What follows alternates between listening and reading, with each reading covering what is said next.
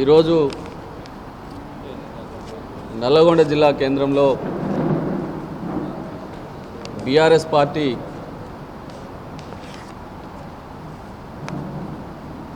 ఈ press meet కార్యక్రమంలో పాల్గొంటా ఉన్న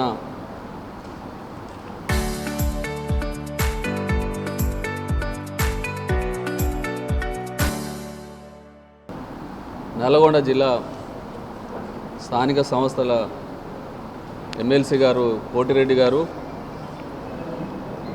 అదేవిధంగా నల్లగొండ జిల్లా మాజీ చైర్మన్, జిల్లా పరిషత్ చైర్మన్ గారు బండా నరేందర్ రెడ్డి గారు, నల్లగొండ నియోజకవర్గ ఇన్ఛార్జ్ మాజీ శాసనసభ్యులు భూపాల్ రెడ్డి గారు, అత్యున్నత న్యాయస్థానం హైకోర్టులో కాంగ్రెస్ పార్టీ ఒక దుర్బుద్ధితోటి ఆనాటి ప్రభుత్వాన్ని, ముఖ్యంగా తెలంగాణ తొలి ముఖ్యమంత్రి వర్యులు కేసీఆర్ గారిని, ఆనాటి ఇరిగేషన్ మంత్రి హరీష్ రావు గారిని అభాసుపాలు చేయడానికి, మా పార్టీని ప్రభుత్వ అధికారంతో ఇబ్బందులు పెట్టడానికి కాళేశ్వరం ప్రాజెక్టు కూలిపోయింది అని చెప్పి గత 3 సంవత్సరాలుగా బీఆర్ఎస్ పార్టీ మీద లేనిపోని అభాండాలు వేస్తూ రాజకీయంగా మా ప్రతిష్టను దిగజార్చడానికి, అదేవిధంగా గత ఎన్నికల్లో లబ్ధి పొందడానికి ఒక రాజకీయ దురుద్దేశంతో ఆనాడు ఎన్నికల ముందు కాంగ్రెస్ పార్టీ నాయకులు రాహుల్ గాంధీ, రేవంత్ రెడ్డి గారు అందరూ కూడా మేడిగడ్డ బరాజ్ దగ్గరికి వెళ్ళి కాళేశ్వరం మొత్తం కూలిపోయిందని చెప్పి విష ప్రచారం చేసి ఎన్నికల్లో లబ్ధి పొందారు. ఆ తర్వాత అధికారంలోకి వచ్చిన తర్వాత పెద్దలు కేసీఆర్ గారిని, హరీష్ రావు గారిని రాజకీయంగా వారి యొక్క ప్రతిష్టను భంగం కలిగే పద్ధతుల్లో 1,00,000 కోట్ల రూపాయలతో కాళేశ్వరం కట్టిన కాళేశ్వరం కూలిపోయింది, గోదావరి నదీ జలాల పాలైపోయిందని చెప్పి అబద్ధ ప్రచారాలు చేసి అసెంబ్లీలో చర్చకు పెట్టి ఒక పనికి మాలిన పీసీ ఘోష్ అనే ఒక కమిషన్ ఏర్పాటు చేసి గత 2.5 సంవత్సరాలుగా తెలంగాణ రాష్ట్ర తొలి ముఖ్యమంత్రి కేసీఆర్ గారిని, హరీష్ రావు గారిని, ఆనాడు తెలంగాణ రాష్ట్రానికి ఒక వరప్రధానిగా దాదాపుగా 37 లక్షల ఎకరాలకు సాగునీరు, తెలంగాణ రాష్ట్రంలో 70% త్రాగునీరు అందించే ఒక గొప్ప ప్రాజెక్టుని నిర్మాణం చేసిన దాన్ని అబద్ధ ప్రచారాలతో అవినీతి జరిగిందని చెప్పి అడవులుగా మా పార్టీ నాయకుల్ని, మా పార్టీని అభాసుపాలు చేసినారు. కానీ నిన్న హైకోర్టులో ఎవరైతే ఈ పీసీ ఘోష్ కమిషన్ రిపోర్ట్ ఉన్నదో అది పూర్తిగా Congress party, PC Ghosh commission కాదు, అది పీసీసీ రాసిచ్చిన కమిషన్ అని చెప్పి గతం నుండి బీఆర్ఎస్ పార్టీ ఏదైతే చెప్తున్నదో ఆ పద్ధతుల్లోనే న్యాయము, ధర్మము నిన్న హైకోర్టులో గెలవడం అనేది జరిగింది. నిన్న హైకోర్టు ధర్మాసనం ఏం చెప్పింది? ఇది కేవలం ఒక రాజకీయ దుర్బుద్ధితో కేసీఆర్ గారిని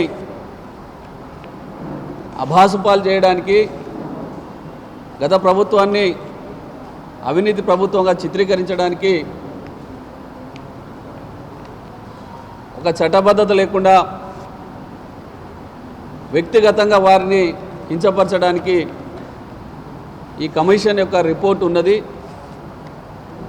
దాంతోపాటు సహజ న్యాయ సూత్రాలకు విరుద్ధంగా మానవ హక్కులకు భంగం కలిగించే పద్ధతుల్లో commission of enquiry section 8B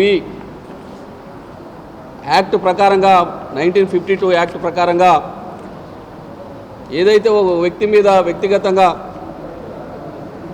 మరి నిందలు మోపే పరిస్థితి ఉంటుందో అప్పుడు తప్పకుండా ఆ వ్యక్తులకు నోటీసులు ఇవ్వాలి. వారి తరపున కూడా చెప్పుకోవడానికి న్యాయస్థానంలో ఆ కమిషన్ ముందు మరి అడ్వకేట్లను అపాయింట్మెంట్ చేసుకొని వారి వాదనలు కూడా వినడానికి అవకాశం కల్పించాలి. కానీ ఇవేవీ లేకుండా పీసీ ఘోష్ కమిషన్ ఏదైతే ఉన్నదో అది ముందే కాంగ్రెస్ పార్టీ వాళ్ళతో మాట్లాడుకొని కాంగ్రెస్ పార్టీ గాంధీ భవన్లో వారి యొక్క పీసీసీ కమిటీ ఏదైతే రాసిచ్చిందో దాని ప్రకారంగానే ఒక కుట్రపూరితంగా బీఆర్ఎస్ పార్టీని మా నాయకులని మరియు అవినీతి పరులుగా చిత్రీకరించడానికి ఒక మోసపూరితమైన కుట్ర జరిగినట్టుగా మేమేదైతే చెప్పినామో అదే న్యాయస్థానం అదే పద్ధతిలో చెప్పింది. అసలు మాట్లాడితే 1,00,000 కోట్లు గంగపాలైపోయినాయి, గోదావరి పాలైపోయింది, కాళేశ్వరం కూలేశ్వరం అయిపోయింది, 1,00,000 కోట్ల రూపాయల అవినీతి జరిగిందని మాట్లాడతారు. ప్రాజెక్టు కాస్టే 94,000 కోట్లుంటే 1,00,000 కోట్ల రూపాయల అవినీతి జరిగిందంటారు. కాళేశ్వరం కూలిపోయిందని చెప్పి 2.5 సంవత్సరాల నుండి తెలంగాణ రైతాంగానికి రావాల్సిన సాగునీరు అందించకుండా అటు ఆంధ్రప్రదేశ్లో చంద్రబాబు నాయుడు గారి యొక్క మెప్పు పొందడం కోసం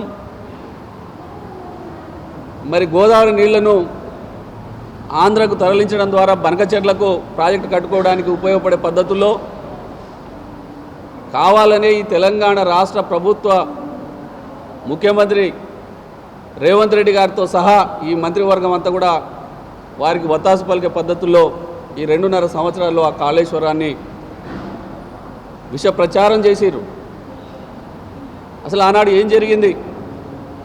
కాళేశ్వరం అంటే ఒక మేడిగడ్డ బ్యారేజే కాదు, అక్కడ 3 బ్యారేజ్లు ఉన్నాయి, అనేక సబ్స్టేషన్లు ఉన్నాయి, టన్నల్స్ ఉన్నాయి, దాంతోపాటు ఓపెన్ కెనాల్ ఉన్నది, 37 లక్షల ఎకరాలకు సాగునీరిచ్చే పెద్ద ప్రాజెక్టు నిర్మాణం అక్కడ జరిగింది.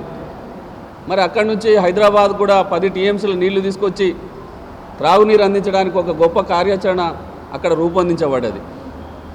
కానీ అక్కడ జరిగిన మేడిగడ్డ బరాజ్లో 87 పిల్లర్లు ఉంటే ఒక 2 పిల్లర్లు మాత్రమే కొద్దిగా క్రాక్ వచ్చింది. ఆ క్రాక్ వస్తే దాన్ని ఎల్ఎన్టీ సంస్థ ఆనాడు ఏదైతే నిర్మాణం చేసిందో వాళ్ళే చెప్పారు, ఒక 400 కోట్ల రూపాయల ఖర్చు అవుతుంది, మా సొంత ఖర్చుతోటి దాన్ని బాగు చేస్తాం, దాన్ని సరిచేసి రాష్ట్ర ప్రభుత్వానికి ఇస్తామంటే ఆ ఎల్ఎన్టీ సంస్థ వాళ్ళను బెదిరించి ఆ పని చేయనీయకుండా ఈ తెలంగాణ రాష్ట్రంలోనే ఉండనీయకుండా వాళ్ళని బెదిరించి అక్కడి నుంచి వెళ్ళగొట్టడం జరిగింది. మరి అదే రేవంత్ రెడ్డి గారు మొత్తం కాళేశ్వరమే కూలేశ్వరం కూలిపోయింది, మొత్తం ఏమీ లేదు అని మాట్లాడిర్రే. మళ్ళీ మొన్న పోయి అక్కడ పోయి మళ్ళీ ఎందుకో మళ్ళీ దాన్ని బాగు చేస్తాం, అక్కడి నుంచి మళ్ళీ నీళ్లు తెలంగాణ రాష్ట్రానికి అందిస్తాం అని చెప్పి మళ్ళీ మొన్న కూడా అక్కడికి పోయి పరిశీలన చేసి 2 పిల్లర్లు మాత్రమే కుంగిపోయింది, దీన్ని బాగు చేయడానికి ఏం కావాలనో దానికి సంబంధించిన కార్యక్రమాన్ని చేపట్టాలని చెప్పి మాట్లాడుతూ ఉన్నారు. మొన్నటిదాకా మొత్తమే కూలిపోయింది అన్నారు మీరు, ఇప్పుడేమో 2 పిల్లర్లు కుంగిపోయింది బాగు చేస్తామని మాట్లాడుతున్నారు. ఇక్కడేమో హైకోర్టు కూడా స్పష్టంగా చెప్పింది, మీరు గత ప్రభుత్వాన్ని ఒక రాజకీయ కోణంలోనే బదనాం చేయడానికి మాత్రమే మీరు ఈ కార్యక్రమాన్ని చేపట్టారని చెప్పి హైకోర్టు చెప్పింది. అంటే రేవంత్ రెడ్డి గారు ప్రభుత్వం ఏ రకంగా అబాస్పాలైందో మీరు అందరూ కూడా ఆలోచన చేయాలి. గతంలో కూడా కరెంటు కొనుగోలు మీద మరి ఇంకొక ఎంక్వైరీ కమిషన్ చేసిరు. అప్పుడు కూడా హైకోర్టు ఇదే చెప్పింది, దాంట్లో ఏం జరగలే, కరెంటు కొనుగోలు పారదర్శకంగా జరిగిందని చెప్పి ఆనాడు తీర్పు వచ్చింది. ఈనాడు కాళేశ్వరం మీద ఈ తీర్పు వచ్చింది. మీరు ఒకటి డైవర్షన్ రాజకీయాలు చేస్తున్నారు. ఏదో ఒక రంగా గత ప్రభుత్వాన్ని బదనాం చేయాలి, పబ్బం గడుపుకోవాలి, తన కుర్చీని కాపాడుకోవాలి. కొత్తగా చేసేది ఏం లేదు. 6 గ్యారెంటీలు లేవు, 420 హామీలు లేవు, విద్యార్థులు లేరు, రైతులు లేరు, మహిళలు లేరు, ఉద్యోగస్తులు లేరు, రిటైర్డ్ ఉద్యోగులు లేరు, ఎవరికి ఏం చేసేది లేదు.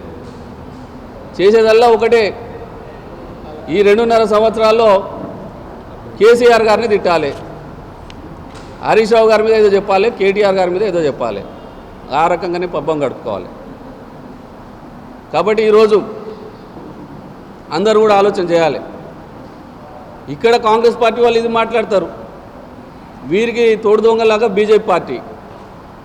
ఇక్కడ వాళ్ళ కేంద్ర మంత్రులు అదే మాట్లాడతారు. స్వయంగా పార్లమెంట్లో కేంద్ర జలవనరుల శాఖ మంత్రి కూడా 1,00,000 కోట్లు కొట్టుకుపోయింది అంటాడు. మరి ఈరోజు హైకోర్టు ఇచ్చిన ఈ తీర్పుని మరి ఈ కేంద్ర మంత్రులు కానీ, ఈ రాష్ట్ర ముఖ్యమంత్రి కానీ, ఎవరైతే మాట్లాడిన మంత్రులు కాంగ్రెస్ పార్టీ నాయకులు ఉన్నారో ఏం సమాధానం చెప్తారు? ఈ పీసీ ఘోష్ కమిషన్ కావాలనే కేసీఆర్ గారిని, హరీష్ రావు గారిని అబాస్పాలు చేయాలి, వ్యక్తిగతంగా వారిని డిగ్రేడ్ చేయాలి.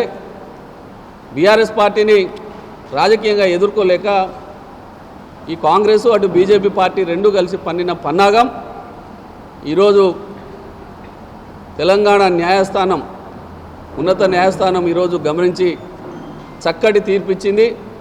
దీన్ని ప్రజలందరూ కూడా గమనించాలి. అదేవిధంగా ఈ ప్రభుత్వాన్ని, ఈ ముఖ్యమంత్రి గారితో పాటు ఇక్కడే మన జిల్లాలో నీటిపారుదల శాఖ మంత్రి ఉత్తమ్ కుమార్ రెడ్డి గారు ఉన్నారు. ముఖ్యంగా పాలమూరు రంగారెడ్డి అదిలో పెద్ద అన్యాయం, ఇక్కడ దేవరకొండ, మునుగోడు పార్ట్ ఆఫ్ నాగార్జున సాగర్కి అన్యాయం జరగబోతూ ఉన్నది. ఎదుల రిజర్వాయర్ నుండి పాలమూరు రంగారెడ్డికి సంబంధించిన ప్రాజెక్టులో అంతర్భాగమైన డిండి లిఫ్ట్కు 0.5 టీఎంసీ వాటర్ ప్రతిరోజు ఇవ్వాలి. అందులో ఎదుల రిజర్వాయర్ నుండి కూడా ఏదైతే హెడ్ రెగ్యులేటరీ ఉందో అక్కడనేమో 400 మీటర్ల మీదనేమో మనకు ఈ డిండి ఎత్తిపోతల పథకానికి మరి హెడ్ రెగ్యులేటరీలో అక్కడ పాయింట్ ఇస్తూ ఉన్నారు. అదే పాలమూరు రంగారెడ్డి అటు ఉమ్మడి మహబూబ్నగర్ జిల్లాకు సంబంధించింది, వాళ్ళకేమో 400 మీటర్ల మీద మరి వారి యొక్క హెడ్ రెగ్యులేటర్ని ఏర్పాటు చేస్తూ ఉన్నారు.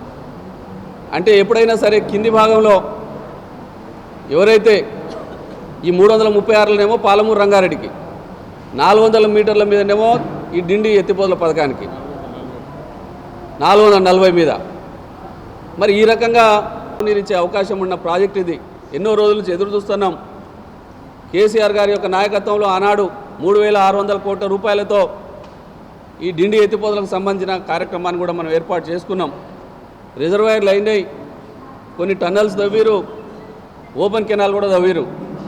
అది పూర్తి చేసి కరువు పీడిత ప్రాంతానికి, ఇక్కడ సాగునీరు చేయాల్సిన ఈ ప్రాంతానికి మరి ఈ జిల్లా నుంచే నీటిపారుదల శాఖ మంత్రిగా ఉండే ఉత్తమ్ కుమార్ రెడ్డి గారు మరి ఈ జిల్లాలో దేవరకొండ, మునుగోడు, నాగార్జున సాగర్కి అన్యాయం జరుగుతూ ఉంటే ఎందుకు స్పందిస్తలేరో మాకు అర్థమవుతలేదు. ఎన్ని మార్లు అధికారులను కలిసినాం, వాళ్ళని కలవడానికి ప్రయత్నం చేసినాం, కానీ ఎవరు కూడా మాట్లాడతలేరు. అదేవిధంగా ఎస్ఎల్బీసీ టన్నల్లో 6 చనిపోతే వాళ్ళను బయటికి వెలికి తీసే పరిస్థితి ఇప్పటిదాకా లేదు. ఇవన్నేమో పక్కకు పోతాయి, కానీ ఒకటే మాత్రం కాళేశ్వరం కూలిపోయింది, 1,00,000 కోట్లు కొట్టుకుపోయినాయి. ఈ అబద్ధపు విష ప్రచారం చేయడానికి మాత్రం ఈ కాంగ్రెస్ పార్టీ ప్రయత్నం చేసింది. ఆ ప్రయత్నాలను తిప్పికొట్టడానికి ఈరోజు తెలంగాణ హైకోర్టు ఇచ్చిన జడ్జిమెంటు ఈ కాంగ్రెస్ పార్టీకి ఒక చెంపపెట్టుగా భావించాలి, ప్రజలందరూ కూడా గమనించాలని చెప్పి ఈ సందర్భంగా మేము కోరుతా ఉన్నాం. ముఖ్యంగా ఉత్తమ్ కుమార్ రెడ్డి గారికి ఒకటే, దేవరకొండ, మునుగోడు, నాగార్జున సాగర్ నియోజకవర్గాలకు రావాల్సిన డిండి ఎత్తిపోతల పథకం ద్వారా 0.5 టీఎంసీ వాటర్ రోజు రావాల్సింది ఏదైతే ఉన్నదో ఆ ఎత్తు పెంచడం వల్ల ఈ ప్రాంతానికి నష్టం జరుగుతూ ఉన్నది. ఆ నష్టాన్ని నివారణ చేయాలి, లేకపోతే చరిత్రలో నల్లగొండ జిల్లా ప్రజలు మిమ్మల్ని ఎప్పుడు కూడా క్షమించరు. మీరే ఆ శాఖకు మంత్రిగా ఉన్నారు కాబట్టి చొరవ తీసుకోవాలని చెప్పి కూడా ఈ సందర్భంగా వారికి హెచ్చరిక చేస్తూ ఉన్నాం.